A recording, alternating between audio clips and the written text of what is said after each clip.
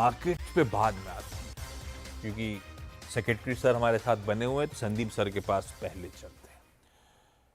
आपने डेवलपमेंट्स सुबह से सीएनबी से बाद रिपोर्ट कर रहा है, कल शाम से बातचीत हो रही है। भारत सरकार ने 12% प्रोविजनल सेफगार्ड ड्यूटी 5 की कैटेगरीज हैं स्टील इंपोर्ट्स की, वो लिस्ट स्क्रीन पर आ जाएगी जिन पे ये सेफगार्ड लगाया गया है। Sandeep sir, thank you so much जुड़ने के लिए। हालांकि डीजीटीआर का गणित है, पर क्या ये 12% की जो ड्यूटी लगी है ये पर्याप्त है डोमेस्टिक इंडस्ट्री को प्रोटेक्ट करने के लिए? देखिए, ऐसा है कि जैसा आप जानते हैं कि डायरेक्टर जनरल ट्रेड रेमेडीज जो एक इंस्टीट्यूशन है, वहां पे इस मामले में इन्वेस्टिगेशन या जांच होती है। और जो इंडस्ट्री ने उनके आवेदन दिया था, एप्लीकेशन दी थी, उसके बेसिस पे उन्होंने जो डेटा था इंजरी का, उसके बेसिस पे 12% की प्रोविजनल ड्यूटी रिकमेंड की। उसी के आधार पर सरकार ने, वित्त मंत्रालय ने यह निर्णय लिया कि 12% की सेफगार्ड ड्यूटी 200 दिनों के लिए लगाई जाएगी। इस बीच में डीजीटीआर अपनी जो जांच है, इन्वेस्टिगेशन जो है, उसे फाइनल करेंगे। नॉर्मली इसमें लगभग 8-9 महीने का समय लगता है शुरुआत से। तो ये इन्वेस्टिगेशन जनवरी 2025 में चालू हुआ था, तो ये एक्सपेक्टेड है कि अगस्त तक ये इन्वेस्टिगेशन फाइनल होगा। और उसमें डीजीटीआर ये रिकमेंड करेंगे कि कितनी ड्यूटी लगनी चाहिए फाइनली और किस पीरियड के लिए लगनी चाहिए। उसके आधार पर सरकार आगे निर्णय लेगी। तो ये अभी जो 12% ड्यूटी है ये प्रोविजनल है, मतलब ये अभी लगाई गई है। लेकिन डीजीटीआर का जो फाइनल रिकमेंडेशन होगा उसके आधार पर फिर इसमें ड्यूटी की दर में परिवर्तन और ड्यूटी के पीरियड पर निर्णय सरकार द्वारा लिया जाएगा। तो डीजीटीआर की स्टडीज प्रीलिम है और उसमें 12% की प्रोविजनल सेफगार्ड लगा दी। अभी जांच पड़ताल कंटिन्यू करेगी, आमतौर पे 6 महीने के आसपास का समय लगता है, और उसके बाद फाइनल डिसाइड करा जाएगा डोमेस्टिक इंडस्ट्री की दिक्कतें कहां तक कितनी प्रोफाउंड है, और उसके बाद फाइनल हम लोग टैरिफ का फैसला लेंगे, ड्यूटी का फैसला लेंगे, है ना सर? बिल्कुल ये सही इंट्रीम कहा। आकलन है। ठीक है, क्योंकि मैं इसलिए पूछ रहा था डोमेस्टिक इंडस्ट्री को किस हद तक प्रोटेक्ट कर पाएंगे, क्योंकि शायद अपडेट्स तो ये थे कि डोमेस्टिक इंडस्ट्री सेफगार्ड्स के लिए चाह रही थी कि 25% के आसपास लगे, तो अपन ने प्रोविजनली 12% करी और देखेंगे इंपैक्ट असल क्या है। हाँ, क्योंकि देखिए ऐसा है, जो डोमेस्टिक इंडस्ट्री है उन्होंने आवेदन दिया, उन्होंने उसमें अपना डेटा भी दिया। तो ये WTF के नॉर्म्स के हिसाब से डीजीटीआर इसकी जांच करते हैं और वो ये देखते हैं कि कितनी ड्यूटी लगाने से डोमेस्टिक इंडस्ट्री को प्रोटेक्ट किया जा सकता। तो जो प्रोविजनल डेटा है उसके आधार पर उन्होंने 12% रिकमेंड किया है। अब आगे अगर और डेटा आएगा या सुनवाई के दौरान, जांच के दौरान और कोई नए फैक्ट्स आएंगे, तो उसके आधार पे वो अपना फाइनल रिकमेंडेशन देंगे। तो ये फाइनल जांच के लिए अभी भी चल रही है, इसके आधार पे आगे निर्णय लिया जाएगा। ये ड्यूटी लग रही है क्योंकि अंडर प्राइज्ड इंपोर्ट्स हो रहे होंगे। ये लार्जली सर चाइना से हो रहे हैं या और भी कुछ और ज्योग्राफीज हैं जहां से इनिशियल आकलन कहता है कि अंडर प्राइज्ड इंपोर्ट्स हो रहे हैं हमारे यहाँ? नहीं, देखिए, प्रिडोमिनेंटली आप जैसा जानते हैं कि विश्व में लगभग 1.8 बिलियन टन की कैपेसिटी है, जिसमें लगभग 1.1 मिलियन टन चाइना में है। इसके बाद नंबर 2 पे भारत आता है, जिसकी लगभग 200 मिलियन टन की कैपेसिटी है, फिर बाकी कंट्रीज हैं। तो अभी जो इंटरनेशनल, अंतरराष्ट्रीय जो स्थिति है, उसके आधार पर चूंकि स्टील का ट्रेड थोड़ा सबड्यूड है, तो इसलिए चाइना से अंडर प्राइसिंग या डंपिंग, जिसको हम लोग बोलते हैं, कम कीमत पर, लागत से कम कीमत पर स्टील इंपोर्ट होने की संभावना होती है और उसी के आधार पर ये सेफगार्ड ड्यूटी लगती है। चाइना के अलावा इधर जो एक और देश से जो इंपोर्ट बढ़ा है वो है वियतनाम। वियतनाम से भी और वियतनाम के साथ हमारा FTA है, फ्री ट्रेड एग्रीमेंट है, मतलब वहां से जो इंपोर्ट होता है स्टील, उस पर ड्यूटी नहीं लगती है। तो उसमें भी इधर देखा जा रहा है कि कुछ इंपोर्ट बढ़ा है जो पहले होता था उससे। तो सेफगार्ड ड्यूटी जो होती है वो सभी देशों पे लगती है। वो मतलब एफटीए या नहीं एफटीए कोई उससे फर्क नहीं पड़ता है। जो बेसिक कस्टम ड्यूटी होती है वो मात्र उन देशों पे लगती है जहां एफटीए नहीं है।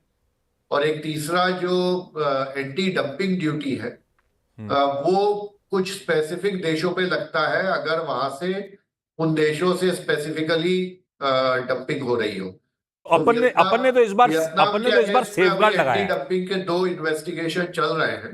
हाँ। वहां का भी डीजीटीआर फिर जो जांच देंगे उसके आधार पर कार्रवाई हो। ओके, तो अभी तो अपन ने सेफगार्ड लगाया है, तो ऐसा भी एग्रीमेंट हो सेफगार्ड यूनानिमसली सारे इंपोर्ट्स पे लग रहा जी। होगा। अच्छा, इस बीच चाइना पर स्ट्रेस वो ट्रेड वॉर टैरिफ वॉर के बीच बढ़ रहा है। सबको पता है कि अब वो डंपिंग वाया मीन से बढ़ रही होगी। आप लोगों का काम तो बढ़ने वाला है, पैनी नजर रखनी पड़ेगी अब तो। और देखिए, सरकार तो हमेशा सभी सेक्टर्स पे ध्यान रखती है, स्टील भी है तो। बट एक ये भी है कि बैलेंस करना होता है कि जो प्रोडक्ट्स हैं उनकी कीमत ज्यादा नहीं बढ़े, क्योंकि raw steel is use mostly as a raw material, not as a end product. तो सरकार को एक बैलेंस करना पड़ता है कि एंड प्रोडक्ट्स की कीमत भी ज्यादा नहीं बढ़े और जो रॉ मटेरियल, जिसको हम स्टील को रॉ मटेरियल में डाल सकते हैं, उसकी इंडस्ट्री भी रिजनेबल प्राइसेस उसको मिले। तो इट्स अ बैलेंसिंग एक्ट। अच्छा संदीप सर, आप आए हो और इस बीच वो यूएस प्रेसिडेंट साहब ने सब समीकरण बदल दिए। 25% स्टील और एल्यूमिनियम पे अनाउंस ही कर दी सेक्टोरली टैरिफ्स। प्रोफाउंड इंपैक्ट होगा, आई एम श्योर। इससे global trade flows course change कर रहे होंगे। आप लोग स्टील मिनिस्ट्री का आकलन, इंडिया कैसा पोजीशन इन सब के बीच में? नहीं, देखिए, जहां तक यूएस के साथ प्रश्न है तो वो कॉमर्स मिनिस्ट्री उसको डील कर रही है, तो I would not like to comment on that. But मैं सिर्फ ये फैक्ट बता सकता हूं कि हमारा यूएस के साथ ट्रेड स्टील में बहुत ज्यादा नहीं है।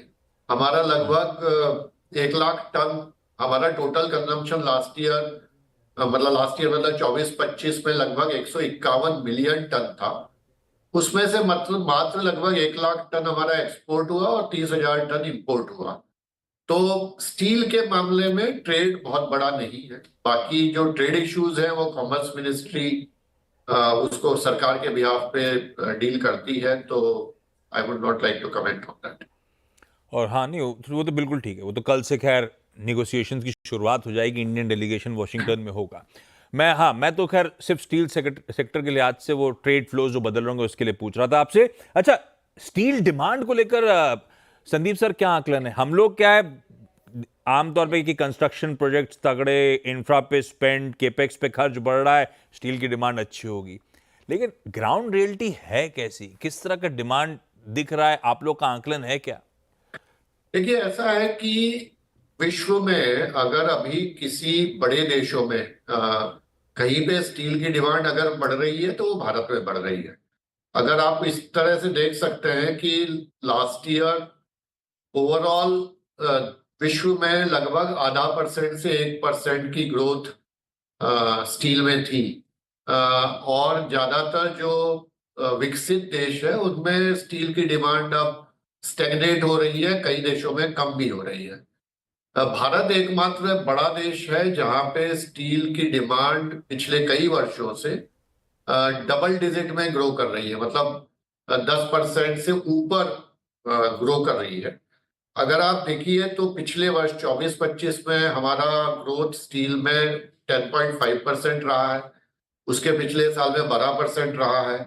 उसके पिछले कई वर्षों में भी, एक्सेप्ट अगर आप कोविड पीरियड छोड़ दें एक आध वर्ष का, तो जनरली बहुत अच्छी ग्रोथ स्टील कंजम्पशन में है। और दूसरा ये है कि इसका, जैसा आपने कहा कि एक तो इंफ्रास्ट्रक्चर में सरकार बहुत खर्च कर रही है, दूसरा प्राइवेट सेक्टर में भी, रियल एस्टेट में काफी स्टील कंजम्पशन बढ़ रहा है। तो इंफ्रास्ट्रक्चर, रियल एस्टेट, ये सब बढ़ रहा है। तो भारत, चूंकि तेजी से स्टील कंजम्पशन बढ़ रहा है, तो भारत एक स्टील के सेक्टर में एक उभरता हुआ, I would say it will play a very important role in steel, क्योंकि हम ही एकमात्र है जहां इतना तेजी से कंजम्पशन बढ़ रहा है। एक और मैं बात कहूंगा कि अब हमारा जो पर कैपिटा कंजम्पशन, जो एक देशों के विकसित होने का एक तरह से मापदंड माना जाता है स्टील के क्षेत्र में, वो इस वर्ष हम लोग 100 केजी को क्रॉस कर गए। मतलब प्रति व्यक्ति खपत स्टील की हमारी 100 केजी को क्रॉस कर गई है, जो पहले काफी कम हुआ करती थी। तो अब ये एक्सपेक्टेड है कि जो बाकी देशों के अनुभव रहे हैं कि अब ये खपत और तेजी से बढ़ेगी।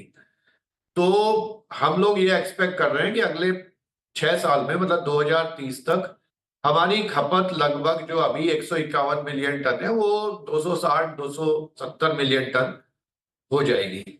तो डिमांड के क्षेत्र में या कंजम्पशन के क्षेत्र में I can say we are the only bright spot in major economies. बढ़िया। तो बड़ी इकोनॉमीज में इकलौते हम जहां पे शायद डबल डिजिट ग्रोथ देखने को मिल रही हो, और हमने अपनी स्टील कैपेसिटी सिग्निफिकेंटली डेवलप कर दी। आपने खुद ही कहा चाइना के बाद दूसरे नंबर पे हम स्टैकअप होते हुए नजर आ रहे हैं।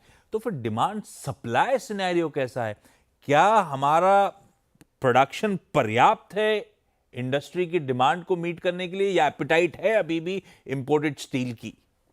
नहीं, जैसे अभी आप अगर 24-25 के जो एस्टिमेटेड फिगर्स हैं, अभी फाइनल नहीं हुए हैं, तो हमारा जो कैपेसिटी है लगभग 200 मिलियन टन की पहुंच चुकी है। और जैसा मैंने कहा 151 मिलियन टन का कंजम्पशन है।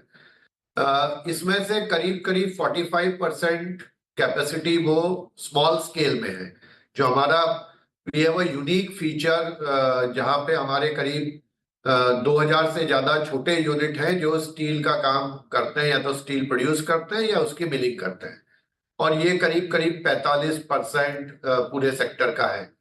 करीब 55% जो बड़े प्रोड्यूसर्स हैं। तो ये 200 मिलियन टन हम पहुंच चुके हैं। और जो अभी प्लांट्स हैं स्टील इंडस्ट्री के, I think we will be, हम लोग बड़े आराम से 300 मिलियन टन 2030 तक पहुंच जाएंगे। जितने अभी स्टील प्लांट लग रहे हैं या जो प्लान हो रहे हैं। तो आई डोंट थिंक कि हमको सप्लाई की कोई प्रॉब्लम होगी डोमेस्टिकली। जो हमारा इंपोर्ट अभी हो रहा है, अगर आप ओवरऑल फिगर देखें तो पिछले साल 9 मिलियन टन का इंपोर्ट हुआ, जिसमें से जापान, कोरिया और चाइना, इन देशों से सबसे ज्यादा इंपोर्ट हुआ। बट अगर ओवरऑल वॉल्यूम में ये ज्यादा भी नहीं लगता है, लेकिन इससे प्राइसिंग पे बहुत फर्क पड़ जाता है। तो इसलिए that's why it is important कि हम डोमेस्टिक इंडस्ट्री को सपोर्ट करें। बट डिमांड सप्लाई में अभी जो स्थिति है, मुझे नहीं लगता कि हमें कोई समस्या होगी आने वाले वर्षों में, जो हमारे डोमेस्टिकली अपनी स्टील का जो रिक्वायरमेंट है उसे पूरा करने में। एक लास्ट सवाल संदीप सर, बजवर्ड तो आजकल ग्रीन स्टील है। मिनिस्ट्री क्या कर रही है स्टील मैन्युफैक्चरर्स को मदद करने के लिए? क्या आप लोग कॉन्फिडेंट कि हम मीट कर पाएं या एक्सीड कर पाएं वो जो स्टैंडर्ड सेट किए जा रहे हैं? देखिए, ऐसा है कि ग्रीन स्टील हम लोगों ने सितंबर 24 में इस पे काम, मतलब जो टास्क फोर्स की रिपोर्ट हम लोगों ने स्टील मिनिस्ट्री ने जारी की थी, और उसके बाद हमने शुरुआत इससे की है कि हमने ग्रीन स्टील डिफाइन किया है कि भारत के कॉन्टेक्स्ट में हम किसे ग्रीन स्टील मानते हैं। इसे हमें यह भी देखना होगा कि डिफरेंट ज्योग्राफीज में ग्रीन स्टील की डेफिनेशन अलग अलग है। हमारे यहाँ चूंकि predominantly mostly blast furnace route से स्टील बनता है, तो ग्रीन स्टील हमारे लिए थोड़ा अलग है। जो यूरोप है उसके लिए ग्रीन स्टील की डेफिनेशन थोड़ी अलग है। लेकिन मंत्रालय इसमें काम कर रहा है। हम लोग स्टील में जो पॉल्यूशन होता है उसको कम करने के लिए हम लोग एक योजना बना रहे हैं, और इंडस्ट्री से भी उसमें कंसल्टेशन कर रहे हैं। और मुझे लगता है कि जल्दी ही उस योजना पे काम चालू होगा। तो हमारा ये पूरा टारगेट है कि जो हमने भारत ने एक कमिटमेंट दिया है कि 2017 तक हम लोग नेट जीरो हो जाएंगे, तो steel will be important sector for reducing carbon. और उस हम ग्रीन स्टील की दिशा में भी पूरा काम कर रहे हैं, और आई एम श्योर कि हम उसमें आगे काम करेंगे। Secretary sir, thank you so much जुड़ने के लिए। ब्यूटिफुली डिटेल में सारी चीजों पे बातचीत करने के लिए। तो भाई साहब, प्रोविजनल सेफगार्ड ड्यूटी लगी है, डीजीटीआर की जांच ऑनगोइंग है, आमतौर पे 6 महीने का समय लगता है, तो शायद अगस्त के आसपास फाइनल रिपोर्ट आएगी। उसके बाद डिसाइड करा जाएगा हमारी डोमेस्टिक इंडस्ट्री को प्रोटेक्ट करने के लिए क्या और स्टेप्स लेने की जरूरत है या नहीं। मार्केट्स लेकर आइए, काफी देर हो गई इस पर चर्चा नहीं हुई, दिखाया नहीं। 1/4% उछाल के साथ 50-60 पॉइंट मजबूती में खड़े हुए आपको भारतीय बाजार नजर आएंगे। तो ठीक है, बढ़िया मूव्स के बाद